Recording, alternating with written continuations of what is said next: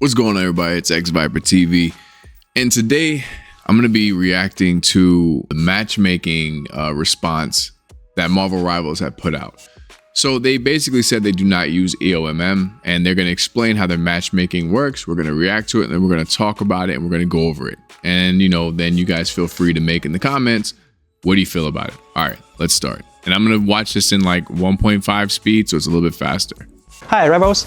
I'm Zuyong. We've heard your passionate feedback and ongoing discussions about matchmaking and ranking in Marvel Rivals. Your voices matter, and we want to give you a transparent look into how these systems work and what we are doing to improve them. Quick heads up, any numbers used are for illustrative purpose only, and the calculation process is also simplified for easier understanding and does not represent the full detailed formulas. After every competitive match, your score is calculated based on two key components, base points and performance points, each weighted according to your current rank. The formula looks like this. This depends on match outcome, your current competitive score, average competitive score of the enemy team. First, the match result determines whether you gain or lose points. Win and you will gain points, lose and you will lose points. Second, the difference between your competitive score and the enemy team's average competitive score affects how many points you gain or lose. If a player's competitive score is lower than that of the enemy team, the system recognizes that the player is challenging a stronger opponent. In this case, a victory will grant an extra bonus to the base points, while a defeat will result in fewer points deductions. The reverse applies when facing lower-ranked teams. Examples: player's competitive score 3,500, enemy team's average 3,500, win plus 20 base points, lost minus 20 base points. Player's competitive score 3,500, enemy team's average 3,700, win plus 25 base points, lost minus 15 base points. Player's competitive score 3,500, enemy team's average 3,300, win plus 15 base points, lost minus 25 base points. This reflects your individual performance tailored to your hero's role. Performance points reflect how well you played during the match. Because heroes in Marvel Rivals have widely different powers and roles, we don't just tally up stats. Even if two players contribute equally to the outcome, their raw stats may look very different depending on which hero they played. Instead, to accurately evaluate your impact, we use several steps to calculate performance points. For each hero used in the match, we normalize match stats to a per 10-minute value. I want to pause for a second. That's why sometimes your stats can be better than somebody else's, but they get SVP or MVP based on how well they played their character. Not all the time do stats tell the story, because a character can hold down an area and, do a great job and the stats not reflect it. Popping an ult, like a Scarlet ult, just to keep a team back, to make it to where you guys can cap point, is important, even if you don't even necessarily get a kill by any chance. So do understand that not every time do finals, do kills, deaths, all that stuff matter. It's the impact that you're making in order to complete the objective. So that's why that happens, and that's what they were explaining there. All right, keep going. And convert that into a single performance value. We compare that to the average performance value for that same hero at your rank, also per 10 minutes. That gives a hero-specific performance coefficient. The better you perform versus the average, the higher your coefficient. If you played multiple heroes, we time weight those to get your match coefficient. We then compare your performance coefficient to your team's average to determine your final performance points. Examples: a Diamond 1 player spends 4 minutes as Loki and 6 minutes as Invisible Woman in a 10-minute match. Let's break down the performance points calculation. First, the system converts their in-game stats to 10-minute averages, and then convert them into performance value. Assuming Loki has a performance value of 1,200, and Invisible Woman has 1,000. Next, the system finds the average performance value for Diamond 1 players with those heroes, which we will assume Loki and Invisible Woman both are 1,000. We then calculate the performance coefficients. Loki's coefficient is 1.2, while Invisible Woman's is 1. This is then weighted by playtime. The overall coefficient works out to be 1.08. Finally, this player's coefficient is compared to the other 5 teammates. Let's say that they are 1, 1, 0.8, 0.8, and 1.15, resulting in an average of 0.97. This gives us the final adjusted performance coefficient of 1.11. Once both your base points and performance points are calculated, your final score is determined by weighting these two parts. The weights vary by rank. As you climb the ranks, the weighting of base points will gradually increase, while performance points weighting decreases. In lower ranks, performance points have a higher weight to help skilled players rise faster. Higher ranks shift weight towards base points for consistency. Example: a player wins a rank match, earning 20 base points and 30 performance points. If the player is in silver, with a base point weight of 0.4 and a performance point weight of 0.6, the final score gained is 26. If the player is in celestial, with a base point weight of 0.7 and a performance point weight of 0.3, the final score gained is 23. Okay. Our players hail from all corners of the globe, each with different time zones and connection speeds. Balancing fast matchmaking with fair matches has always been our challenge and focus for ongoing improvement. In Marvel Rivals, players are matched based on server node selection, team composition, competitive score. Once matchmaking starts, the system looks for opponents on your chosen server or servers. As wait time increases, the system gradually expands the search to higher and lower ranks, helping you get into a match promptly. The expansion is kept to prevent unbalanced games. Once we have 12 players within the acceptable rank range, the match is set. Teams are then arranged to minimize differences in average competitive scores. Team matchmaking is based on team size. For fairness, a 6-player team will only face another 6-player team. Finding an exact match can take time when taking into account all the factors, like competitive scores, server selection, etc. Since launch, 5-player teams have been disabled to protect solos. For other team size, the system opens up to more combinations as wait time increases. Take a 4-player team, for example. The first system tries to match with another 4-player team, but if none are promptly found, it will eventually expand to mixed teams like 4-1-1 versus 3-2-1. Longer waits means broader competitive scores ranges, and reaching the upper limit of the range can result in a difference in scores between the two teams. From the matchmaking results, this would appear to be an unbalanced battle. However, tightening the rules would mean much longer waits and a bad experience. This is the core challenge, balancing matchmaking quality and speed. Team kills make this speed versus quality trade-off more noticeable. At higher ranks, there are fewer players and they are spread across different servers, so this happens more often. So, after careful review, starting in Season 3.5, we've temporarily restricted teams of 4 or 6 players from matchmaking at higher ranks, where their balanced matches are harder to find. Moving forward, we will continue to explore new solutions to better meet the diverse needs of players. To help you better understand how the matchmaking system works, here's an example scenario. Suppose Player A teams up with Player B and Player C to queue for competitive. In this scenario, Player A is Diamond 1, Player B is Diamond 3, Player C is Platinum 1. The average rank of this 3-player team is around Diamond 3. They select only the Oregon server node for matchmaking, since there aren't enough teams of the same size and rank in the queue on this node. I'm going to pause for a second. I have a problem with that. I have a problem with that right there. Averaging out them to be Diamond 3 or whatever it said, I don't like that. I think it should be based off of the highest person in that rank. And that's what it should be. Period. Like, them averaging it out and doing all that extra stuff, that's what's causing the issue, but we'll keep going. The matchmaking system gradually expands the search range as time passes. After 5 minutes, the system finds 9 more players who meet the criteria. These 9 players include another 3-player team with an average rank of Platinum 1, a 2-player team with an average rank of Diamond 2, and 4 solo players. Player D, Diamond 1, Player E, Diamond 2, Player F, Platinum 1, Player G, Diamond 2. To ensure fairness, the system first places the 2 3-person teams on opposite sides. Then, the remaining team compositions are Side A, 3-player team plus 2-player team plus 1 solo. You see how I said to ensure fairness? Like, why are we doing that? Why are we doing that? If anything, you want to, like it said, place the 3 teams, the teams that's got 3 players, put them on. Now, throw whoever.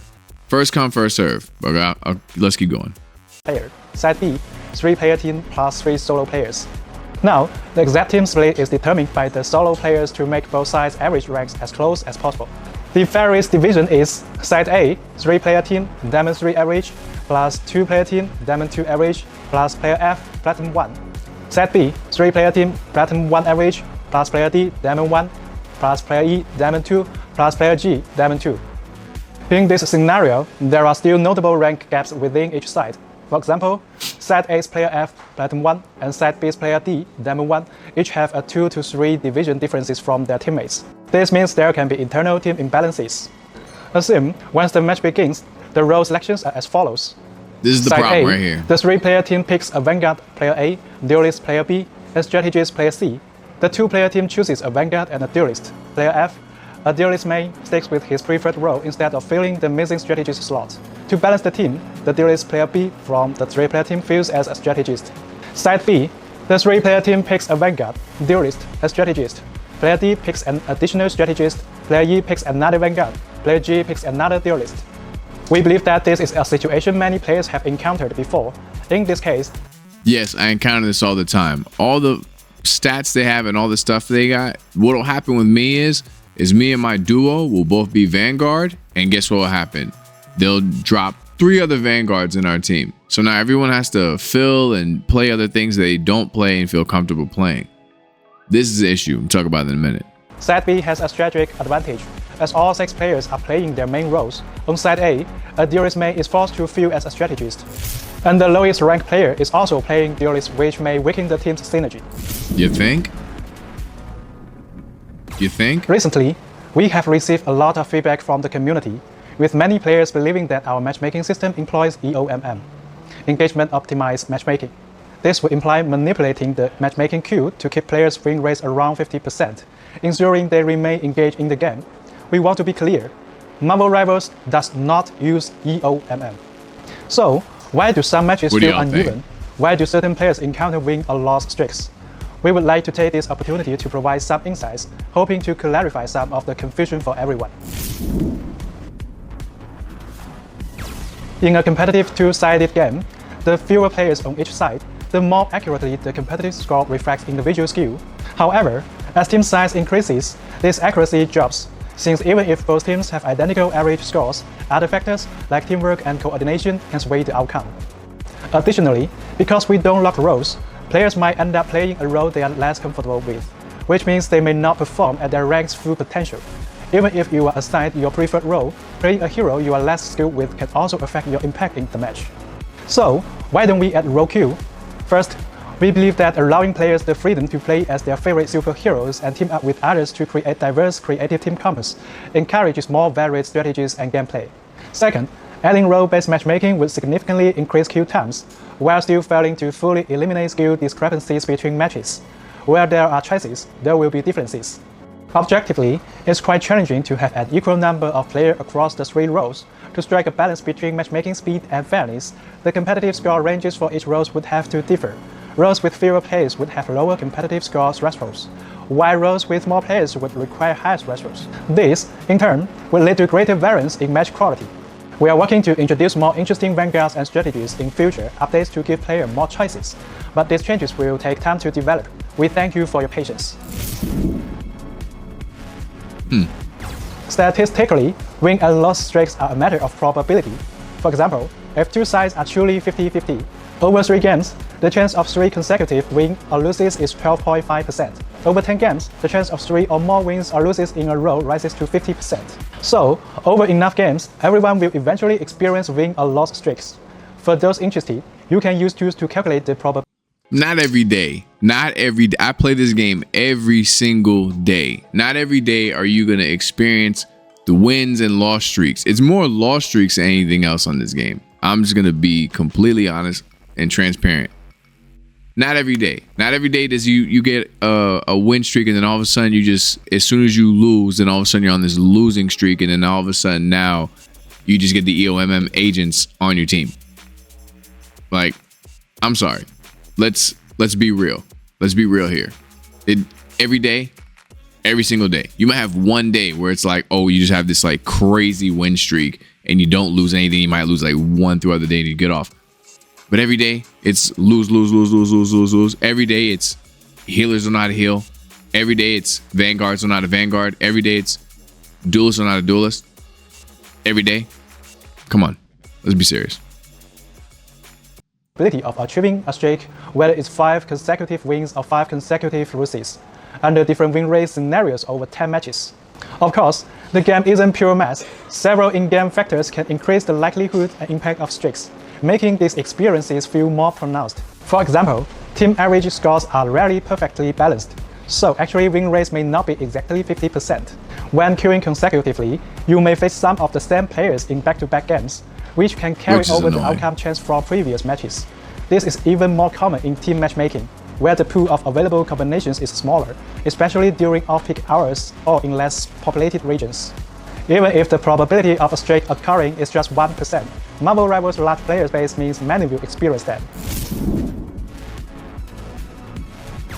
We are constantly analyzing feedback and refining our systems.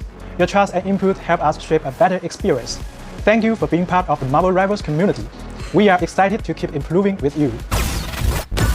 Let's take what they said. They don't use EOMM, which they use some form of skill-based matchmaking. If they don't want to say it's EOMM, whatever. But they use some form of it. Now, mind you, what it looks like to me in this, what it looks like to me into this is they prioritize team balance. Okay, so they prioritize if you're in a team of three, and then they fill later. Now, and then they try to balance based off of average rank, which I don't agree with. I think it should just go off the highest person in the rank, and then you go against the next highest person in the rank. Whatever. I don't understand how a platinum player who is solo can get into a diamond lobby. That makes zero sense to me, but whatever. The way I feel like they could fix this, because they even said it. They even said right here that you'll have the lowest player filling duelist, and then the player that's on the 3-man has to fill for support, right? So now everyone's not comfortable playing their role. But this team over here, they didn't have those issues. Now they get to all play their role without having a role queue and doing that, because everyone's, oh, that's going to ruin the game, it's going to ruin the game, which I don't think is going to ruin the game, but whatever. Instead of having a role queue, why don't you have a preferred role queue? Why don't you have it to where, like, I prefer to play Vanguard, I prefer to play support, I prefer to play duelist. Now what that does is the other people who say I prefer to play this, you may have to wait a little bit longer, but they're going to try to line you up. If I prefer to play Vanguard and my duo prefers to play Vanguard, those two spots are taken. Now it's going to line me up with people who prefer to play strategist and prefer to play duelist. That way we don't get into a situation where all of a sudden now we have 4 Vanguards on the team and I'm the only one that knows how to fill as a strategist. And then you just get into a team that's just insta-lock DPS. The whole team insta-lock DPS. No one knows how to play strategist. That, I think, is the biggest problem, because what you'll have is okay, I'm playing Vanguard, my duo's playing Vanguard, we both insta-lock Vanguard. Then all of a sudden you have someone who doesn't know how to play support, but they're like, hey, I think I have to play support now, and they play support, and then you get bad healers, or you get bad DPS, or you get bad Vanguards. This is what happens. This is why it's an issue. And this is why I feel like either you do preferred role queue, or their system needs to optimize better to try to line you up with somebody who is the other role. That's the issue. All this data, all these stats, all these things that you guys have that Marvel Rivals has, they should be able to line me up with somebody who plays the other role. I should not be into a game where 4 or 5 of us are Vanguards and we have a duelist, and now we all have to figure it out, which is fine. We figure it out. We always figure it out. But that's where the issue is. That's where it comes down to, because I'm a Vanguard. I'm not as strong as a strategist. I know how to play it. I can do it. I do fairly well, but that's not my main role. And then when I have a Vanguard who is not taking space, now we have an issue. Well, that's my reaction to it. That's what I think. Let me know down in the comments what you think. Do you think they use EOMM? Do you think what I said would work? Do you have any other ideas, any suggestions? This is xVyperTV. Thanks for watching.